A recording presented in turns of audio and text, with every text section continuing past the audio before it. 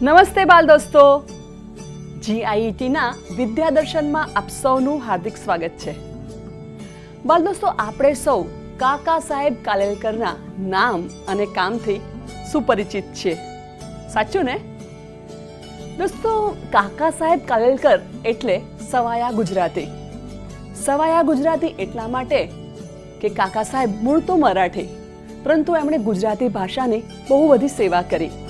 એમના પુસ્તકો ઓતરાતી દિવાલો, હિમાલયનો પ્રવાસ, જીવન પાથે, રખડવાનો આનંદ વગેરે જેવા પાઠોમાંથી અમુક અંશો આપણે પ્રકરણ સ્વરૂપે ભણી ગયા છે, ખરું ને? દોસ્તો, અત્યારે આપણો દેશ ભારત આઝાદીનો અમૃત મહોત્સવ ઉજવી રહ્યો છે, ત્યારે આપણે એમને ખાસ યાદ કરવા જોઈએ, કારણ કે આઝાદી માટે, ભારત દેશની આઝાદી માટે કાકા સાહેબ કાલેલકર 10થી પણ વધારે વાર કારાવાસ ગયેલા, જેલની યાત્રા કરેલી. દત્તાત્રેય બાલકૃષ્ણ કાલેલકર ઉર્ફે કાકા સાહેબ કાલેલકરનો જન્મ 1 ડિસેમ્બર 1885ના દિવસે મહારાષ્ટ્રના સતારામાં થયો હતો. મરાઠી ભાષામાં પ્રાથમિક શિક્ષણ લઈ તેમણે 1903માં મેટ્રિક એટલે કે અત્યારની SSC સમકક્ષ પરીક્ષા પાસ કરી. 1907માં પૂનાની ફર્ગ્યુસન કોલેજમાંથી ફિલોસોફી વિષય સાથે BA પાસ થયા. વર્ષ 1908માં LLBની પ્રથમ વર્ષની પરીક્ષા આપી. વર્ષ 1908માં તેઓ બેલગામમાં ગણેશ વિદ્યાલયમાં આચાર્ય હતા અને વર્ષ 1909માં મરાઠી દૈનિકમાં પત્રકાર તરીકે જોડાયા. વર્ષ 1910માં વડોદરાના ગંગનાથ વિદ્યાલયમાં નોકરી કરી અને વર્ષ 1912માં વિદ્યાલય બંધ થતાં હિમાલયના પગપાળા પ્રવાસે નીકળી પડ્યા. વર્ષ 1915થી તેઓ રવિન્દ્રનાથ ટાગોરની શાંતિ નિકેતનમાં જોડાયા. વર્ષ 1920થી અમદાવાદ સ્થિત ગુજરાત વિદ્યાપીઠમાં પ્રાચીન ઇતિહાસ, ધર્મશાસ્ત્ર, ઉપનિષદો અને બંગાળીના અધ્યાપક રહ્યા. અહીં ગુજરાતી 7 ચૂંટણી કોષનું કામ એમણે સંભાળેલું.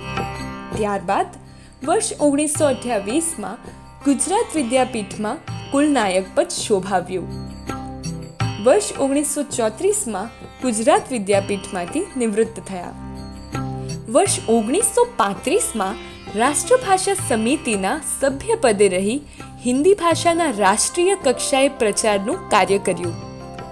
વર્ષ 1948થી ગાંધી સ્મારક નિધિનું કાર્ય મુંબઈમાં આદર્યું અને 1952થી એ દિલ્હીમાં ખસેડાઈ ત્યારે દિલ્હીમાં ગાંધી સ્મારક નિધિના કાર્યમાં જીવનના છેલ્લા વર્ષો સુધી વ્યસ્ત રહ્યા.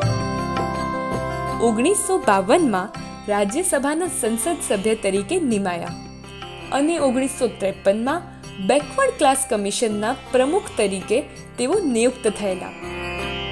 1959ના ગુજરાતી સાહિત્ય પરિષદના 20મા અધિવેશનના પ્રમુખ બન્યા. વર્ષ 1964માં પદ્મ વિભૂષણથી ભારત સરકારે તેમને નવાજ્યા અને વર્ષ 1965નું સાહિત્ય અકાદમી દિલ્હીનું પારિતોષિક તેમને મળ્યું. કાકા સાહેબે 1952થી દેહ અવસાન, જે 1981માં થયું, ત્યાં સુધી દિલ્હીમાં જ વસવાટ કર્યો. ગાંધી સ્મારક નિધિ પર કાર્ય કરતા હોય તેમને ભારત સરકાર દ્વારા બાજુમાં જ રહેઠાણ ફાળવી દેવાયું. આ રહેઠાણનું નામ કાકા સાહેબે નિધિની બાજુમાં હોવાથી સન્નિધિ આપ્યું. ત્યારબાદ 1955થી કાકા સાહેબે સન્નિધિ પરિસરમાં જ ગાંધી હિન્દુસ્તાની સાહિત્ય સભા શરૂ કરી, જેનો ઉદ્દેશ્ય વિવિધ ભાષાઓમાં ગાંધી વિચારનો પ્રચાર પ્રસાર કરવાનો છે. તો ચાલો દોસ્તો, આપને ભારતની રાજધાની દિલ્હીના નહેરુ રોડ પર અને પૂજ્ય ગાંધીજીની સમાધિ રાજઘાટની એકદમ સામે આવેલ સન્નિધિની મુલાકાતે લઈ જઈએ. આ એ જ જગ્યા છે જ્યાં સવાયા ગુજરાતી કાકા સાહેબ કાલેલકર 29 વર્ષ રહ્યા અને એમની અંતિમ ક્ષણો પણ એમણે આ જગ્યાએ જ વિતાવી હતી.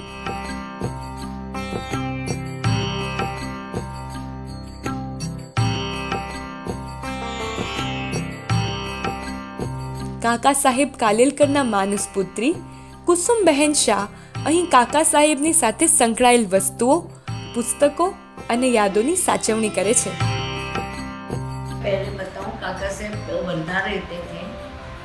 वहाँ बापूजी का सब हिंदुस्तानी प्रचार सभा का हिंदी का काम करते थे. फिर बापूजी के जाने के बाद काका साहब को दिल्ली बार बार आना पड़ता था, क्योंकि कई गांधी जी की सब चीज़ें इकट्ठा करके संग्रहालय बनाने की उनकी उम्मीद थी. और शुरुआत गांधी म्यूजियम की दिल्ली में काका साहब ने शुरू करा. तो ये सब चीज़ के लिए उनको दिल्ली आना पड़ता था. और तब तक उन्होंने ये भी कहा था कि जब तक मैं स्वतंत्रता न मिले, गुलाम देश का प्रतिनिधि, मैं बाहर जाना नहीं चाहता हूँ. तो स्वतंत्रता मिलने के बाद भी वो फिर बार बार विदेश जाना, दिल्ली आना. तो राजेंद्र प्रसाद जी राष्ट्रपति जी ने और नेहरू जी ने कहा कि काका आपको भी ये लीज पर जमीन देते, आप भी राजघाट पर आश्रम आप वर्धा से ले आइए.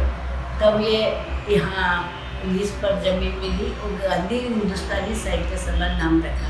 और गांधी स्मारक निधि के पास होने से उसको नाम सन्निधि दिया गया है. सन्निधि भी बहुत प्यारा नाम है. सब लोगों में सन्निधि प्रचलित है ज़्यादा, कि सन्निधि जा रहे हैं, सन्निधि में काका साहब रहते हैं. રોજ સવારે 7 વાગે અહીં સર્વધર્મ સંભાવની પ્રાર્થના પણ કરાય છે.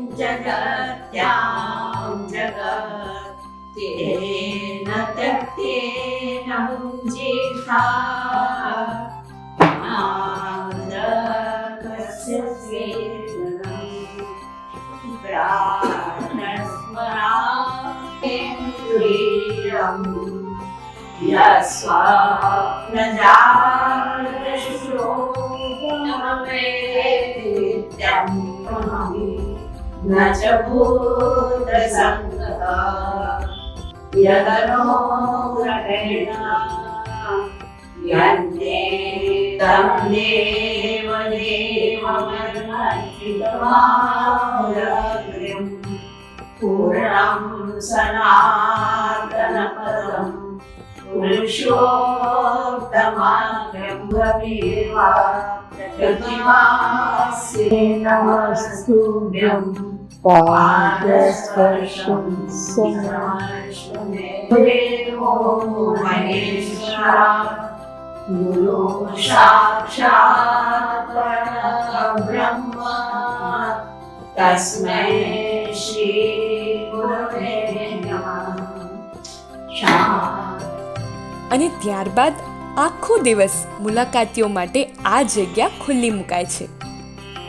हम तो है, काका साहब इस कमरे में रहते थे. जीवन के आखिरी 25 साल इसी कमरे में रहे दिल्ली आकर.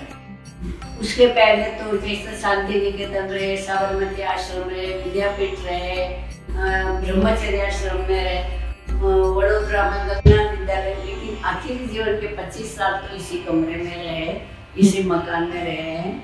तो इसी मकान में ये सामने जो छोटा टेबल दिखाई देता है, यहाँ काका साहब की सेक्रेटरी और मानस पुत्री सरोरबेन नानावती बैठती थी और काका साहब के साथ बातें करना, समझाना वगैरह सब करती थी, लोगों से मिलना. इस पास में कुर्सी पर बैठती थी, मैं बैठती थी. और जो मिलने वाले मिनिस्टर आए, कोई भी आए तो वो ये इसके ऊपर बैठते थे और काका साहब के साथ बात करते थे. काका साहब का ये पलंग था, वो तो छोटी जगह में बैठ जाते थे तकिए के लगकर, क्योंकि उनकी पीठ से वो सीधे बैठना मुश्किल होता था, दर्द होता था, तो लग कर बैठते थे. लेकिन आधा पलंग तो उनका मैगजीन से, पत्रों का साहित्य, किताबें, रिव्यू जो आता था लिखने के लिए, वो सबसे आधा जगह वो भर जाता था. जब रात को सोने का होता था तब ये लेकर हम पीछे टेबल पर रख देते थे सवे, और यहाँ उनको बिस्तरा कर देते थे. ऐसे काका साहब ने अलग से कभी सोने का कमरा नहीं चाहा, कभी बातों के लिए नहीं मांगा, कभी ऑफिस के लिए. एक कमरे से हमेशा रहे हैं.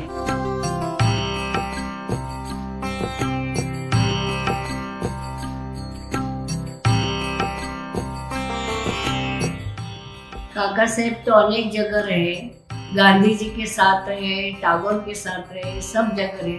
जब गंगनाथ विद्यापीठ में केशवराव देशपांडे ने अपनी संस्था में रखा था आचार्य के तौर पर, तब एक परिवार के ढंग से रहते थे और वहाँ से काका बने काका साहेब। सबको मामा साहेब फड़के को मामा कहते थे, काका साहेब को सब लोग काका कहते थे।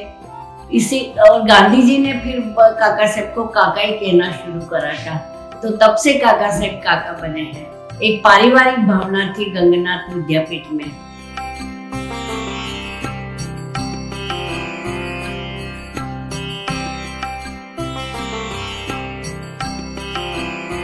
काका साहेब का सम्मान तो हर एक धर्म के लोगों के साथ, हर एक भाषाओं के साहित्यकारों के साथ, सब लोगों से रहा है। संस्थाओं के साथ, अलग अलग संस्थाओं के साथ, संस्थाओं के लोग मैसेज मंगवाते थे, वो सभाओं में बुलवाते थे।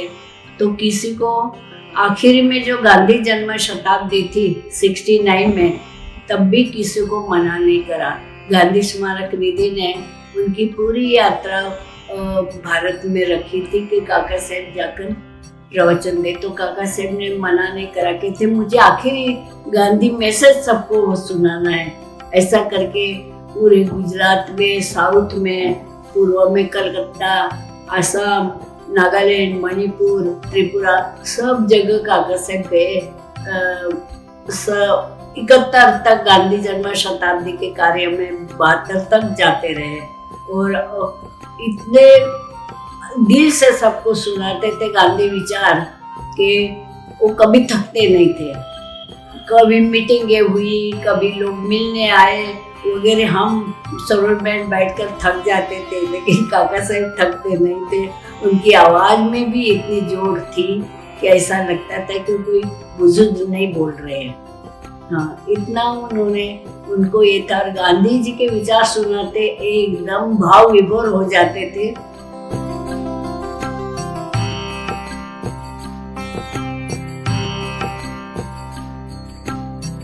આ આસોપાલવનું ઝાડ તમે જુઓ છો, એ ખુદ પોતાના હસ્તે કાકા સાહેબે જ વાવ્યું હતું.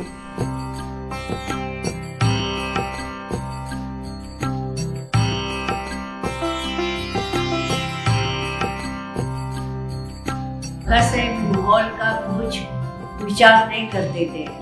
जैसे यहाँ बैठे तो सामने पलंग पर सरोवर बहन उनके कोई लोग बैठे बात कर रहे, कैसे को कहा कि इस विषय पर लिखना है, हम याद भी दिलाए और उनको पूछे, लिखवाते जाते थे। बीच में कोई बात के लिए आ गए तो उनके साथ बात कर लेते, मिलना एक भी उनका काम करते थे। वापिस नहीं किसी को भेजते थे, मैं लिख रहा हूँ अभी मैं आपको सुने, बात कर ले, फिर मेरे पास से ऐसे लेंगे, आखिरी वाक्य देखेंगे।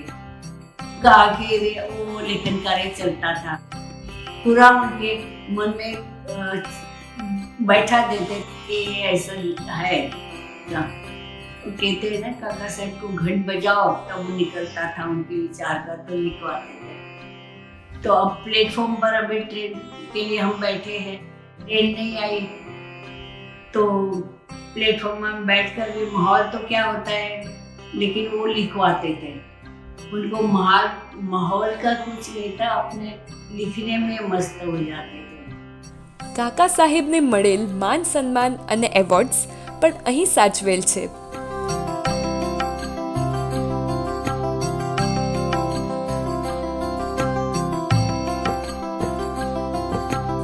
કાકા સાહેબે જે બિસ્તર પર પોતાના અંતિમ શ્વાસ જ્યાં છોડ્યા તે પણ અહીં જ છે.